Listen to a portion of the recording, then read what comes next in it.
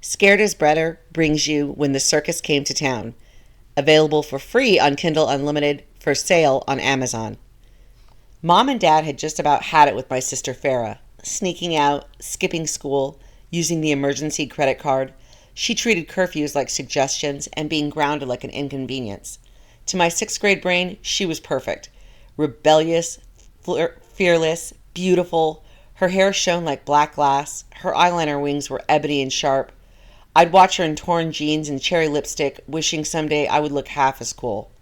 When my parents bolted her window shut, I thought it would stop her, but she was already eyeing my window. And that night, when she came in my room, her perfume wafting ahead of her, she said, "When you get older," blending her eyeliner in my mirror, "we're going everywhere together." I believed her. My mom seemed surprised to see Farrah dragging her pillows into my room, but she didn't argue.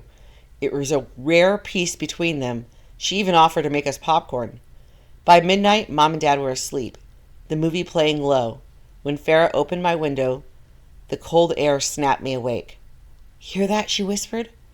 Much to Farrah's dismay, I was now wide awake. "Aren't you tired?" she asked. The night air crackled with a brittle Halloweenish feeling, an electric charge that only October carries, a metallic taste in every breath. "Do you hear that?" She grinned. "It's probably a party by the lake." Before I could stop her, one leg was already out the window. "Take me with you," I hissed, "or I'll scream." She rolled her eyes, but 5 minutes later, we were tiptoeing down the street.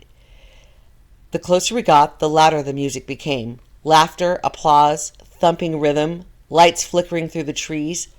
I could smell popcorn and the sweet bite of candy apples. "Oh man," she said, delighted. "It's a real circus." It was, at least at first glance. Jugglers on stilts, clowns on old tricycles, ring toss games glowing under spotlights. But something was wrong.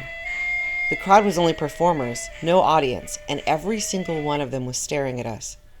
I looked at Farrah. She locked eyes with the flaming sword swallower. A clown with puffy blue hair, Zuzu, his balloon dog had scribbled on the side, stared right at her. The jugglers in bright makeup and top hats began circling us slowly. The strong man froze mid-lift, eyes black as buttons. A knife thrower lowered his blade, watching. A man in leopard tights walked 3 monkeys that leapt and hissed and gnashed their tiny teeth. "Farrah," I whispered, "let's go." She didn't hear me. The man in the red coat, the Ringmaster, was watching her. He tipped his velvety black top hat. I tugged on Farrah's sleeve. She was transfixed by a team of contortionists bending their bodies into angles that made my stomach flip to icy cold. One of them looked through me at his legs, eyes black and slick as oil. The music welled up until I could feel it hammering in my ribs. The clowns nodded, their faces stretched and inhumanly wide.